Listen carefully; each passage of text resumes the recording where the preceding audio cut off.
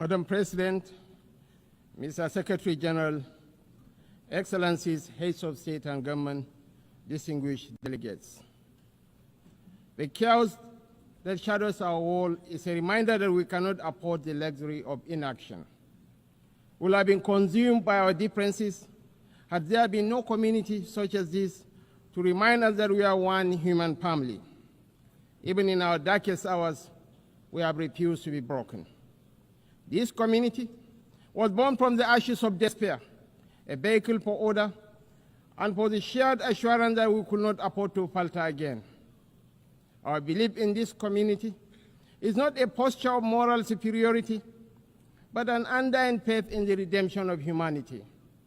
It is, therefore, with profound humility that I stand before you today as Vice President of the Federal Republic of Nigeria on behalf of President Bola Ahmed Tinubu to renew this pledge on behalf of my country.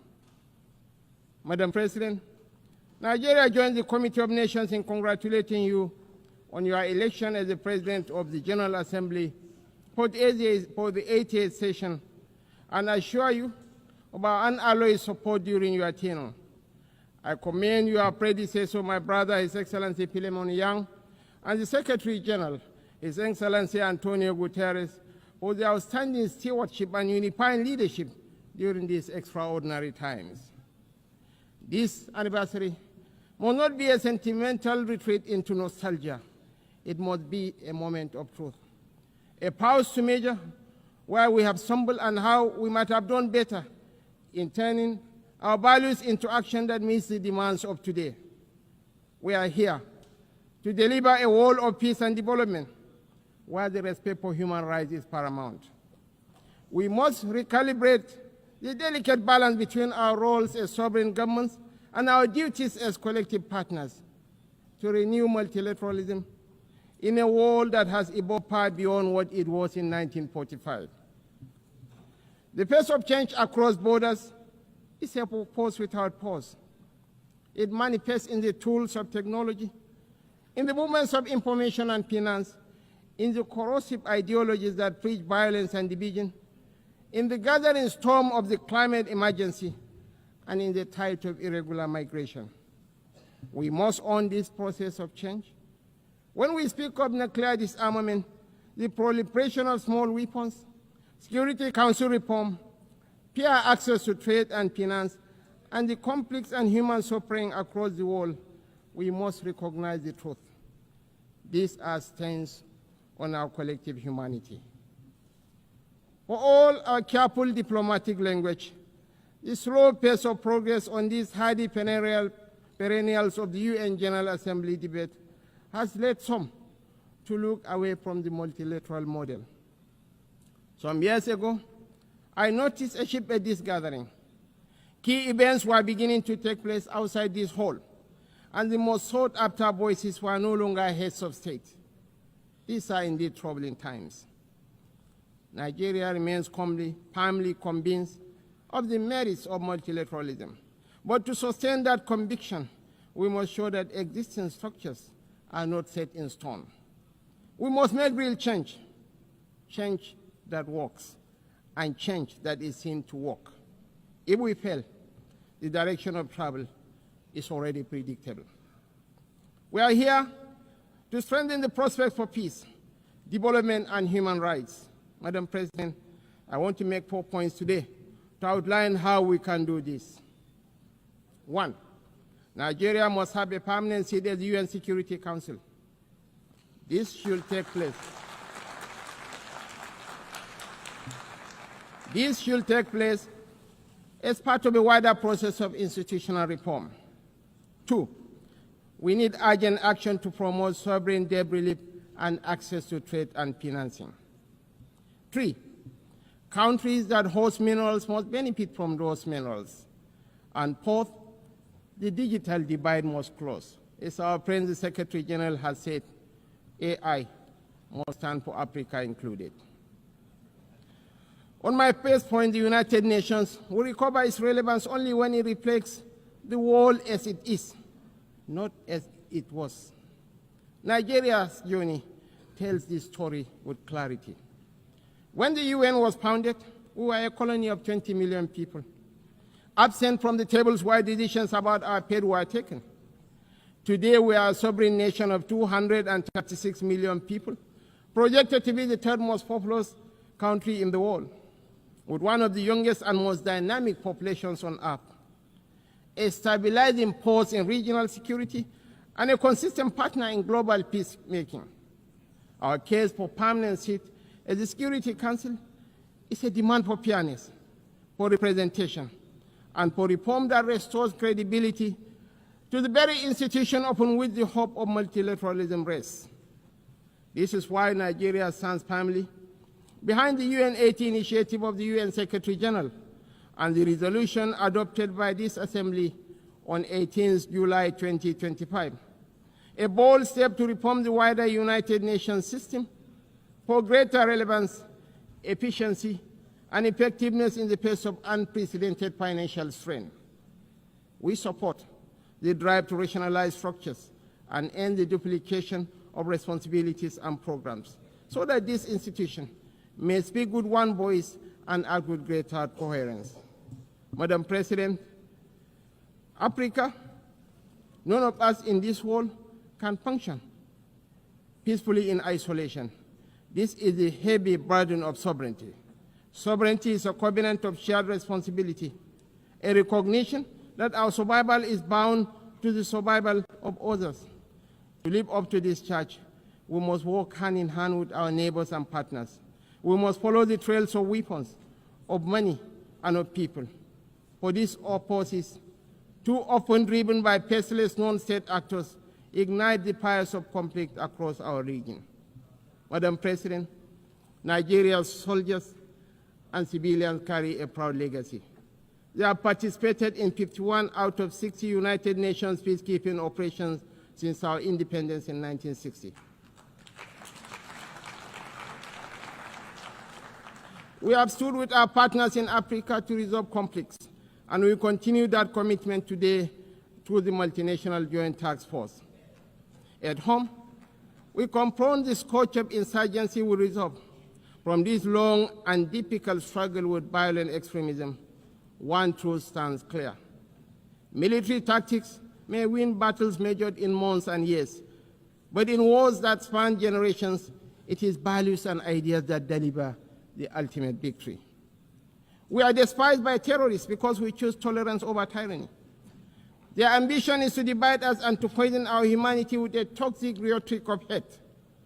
Our difference is the distance between shadow and light, between despair and hope, between the ruin of anarchy and the promise of order.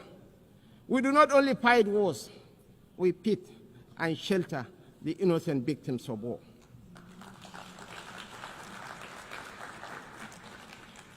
This is why we are not indifferent to the devastations of our neighbors near and distant. This is why we speak of the violence and aggression visited upon innocent civilians in Gaza, the illegal attack on Qatar, and the tensions that scar the wider region. It is not only because of the culture of impunity that makes such acts intolerable, but because our own bitter experience has taught us that such violence never ends where it begins. We do not believe that the sanctity of human life should be trapped in the corridors of endless debate. That is why we say, without stuttering and without doubt, that a two-state solution remains the most dignified path to lasting peace for the people of Palestine.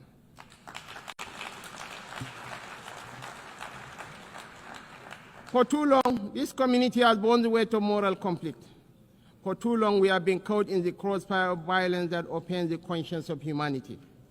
We come not as partisans, but as peacemakers. We come as brothers and sisters of a shared wall, a wall that must never reduce the right to live into the currency of devious politics. The people of Palestine are not collateral damage in a civilization searching for order. They are human beings, equal in worth, entitled to the same freedoms and dignities that the rest of us take for granted. We want to make the choice crystal clear. Civilized values over fear. Civilized values over vengeance. Civilized values over bloodshed. we show the opportunities that peace brings, just as the extremists hope to drive apart rival communities and different religions.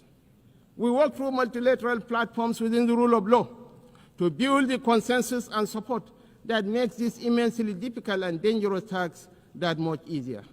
This is how we deny our enemies the space they crave to fuel tension and despair. It is our experience that this offers the best, perhaps only hope for peace, reconciliation, and victory for the civilized values of a shared humanity. Nigeria is a diverse country, also recognizes the variable geometry of democracy in different forms and speeds. For this reason, we are working with the United Nations to strengthen democratic institutions in our region and beyond through the Regional Partnership for Democracy. Madam President, point 2. The price of peace is eternal vigilance. The increasingly difficult security outlook has prompted many member states to count the cost of the emerging world order. We in Nigeria are already familiar with so difficult choices: infrastructure renewal or defense platforms, schools or tanks. Our view is that the path to sustainable peace lies in growth and prosperity. The government has taken difficult but necessary steps to restructure our economy and remove distortions, including subsidies and currency controls that benefited the few at the expense of the many. I believe in the power of the market to transform. Our task is to enable and facilitate, and to trust in the ingenuity and enterprise of the people. But the process of transition is difficult and brings unavoidable hardship. This year, we held the inaugural West African Economic Summit in Abuja to bring investors and opportunities together. The results far exceeded our expectations and are a clear indication of what innovation can deliver. It is in that same spirit of dynamic review that I invite the United Nations to re-examine the best use of scarce resources. One critical area is climate change. It is not an abstract issue about an indeterminate fate to be settled at some distant point in the future. It is not even solely an environmental issue. It is about national, regional, and international security. It is about irregular migration. Truly, this is an everyone issue. We are all stakeholders, and we are all beneficiaries of the best outcomes. Madam President, this is why relevant ministers have been instructed to work with the UN to make the best use of climate funds. We believe there are huge shared dividends to accrue from increased support for education, for resilient housing, for access to technology and financing to allow vulnerable communities to thrive, to become part of solutions rather than problems. Nigeria and Africa have made significant strides in recent years to put our affairs in order. We can take that progress to the next level, a level that presents new opportunities for trade, investment, and profit, if we can assess reforms to strengthen the international financial architecture. We need urgent action to promote debt relief, not as an act of charity, but as a clear path to the peace and prosperity that benefits us all. I'm calling for new and binding mechanism to manage sovereign debt, a sort of international court of justice for money that will allow emerging economies to escape the economic straitjacket of primary production of unprocessed exports. It has been over 4 decades since the Lagos Plan of Action outlined a route away from debt and dependence that highlighted opportunities that today should still be explored for local added value for processing and manufacturing in everything from agriculture to solid minerals and petrochemicals. The African Continental Free Trade Area is a remarkable achievement of cooperation. We remain fully committed to the achievement of the SDGs and are convinced that this can be best delivered by focusing principally on our primary mission of growth and prosperity. Madam President, on our third point, we welcome steps to move towards peace in the Democratic Republic of Congo. We agree that international investment and engagement offer a way out of the cycle of decay and violence. Access to strategic minerals, from Sierra Leone in the 1990s and Sudan today, has for too long been a source of conflict rather than prosperity. Africa, and I must include Nigeria, has in abundance the critical minerals that will derive and drive the technologies of the future. Investments in exploration, development and processing of these minerals in Africa will diversify supply to the international market, reduce tensions between major economies, and help shape the architecture for peace and prosperity on a continent that too often in the past has been left behind by the rivalries and competition between different power blocs.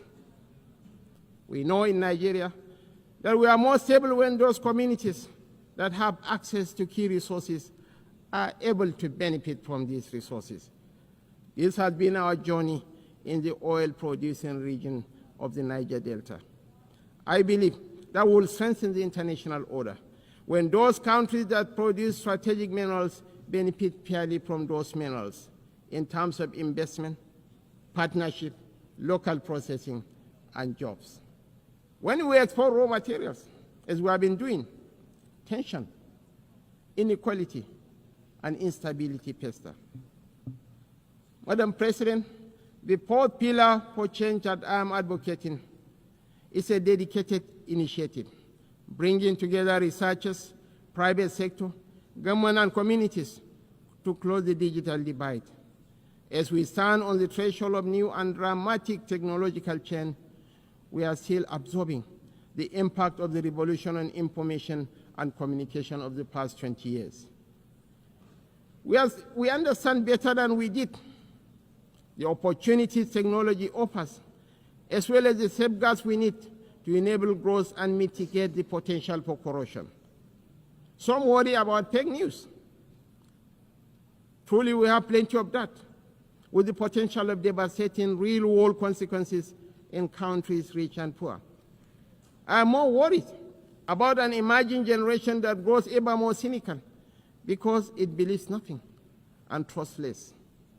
As technology shakes up public administration, law, finance, conflict, and so much of the human condition, I'm calling for a new dialogue to ensure we promote the best of the opportunities that are arising and promote the level of access that allows emerging economies more quickly to close a wealth and knowledge gap that is in no one's interest.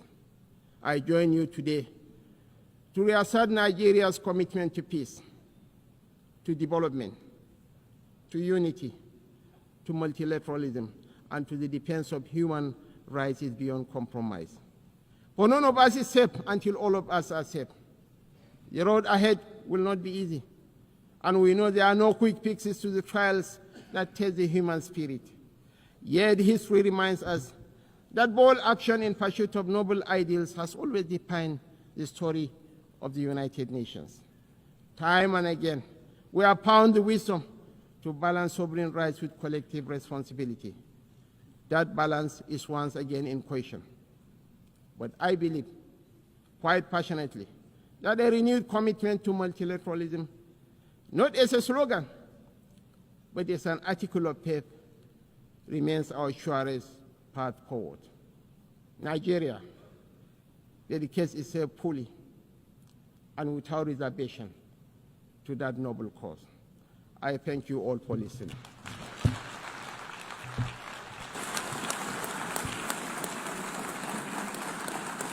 On behalf of the Assembly, I wish to thank the Vice President of the Federal Republic of Nigeria.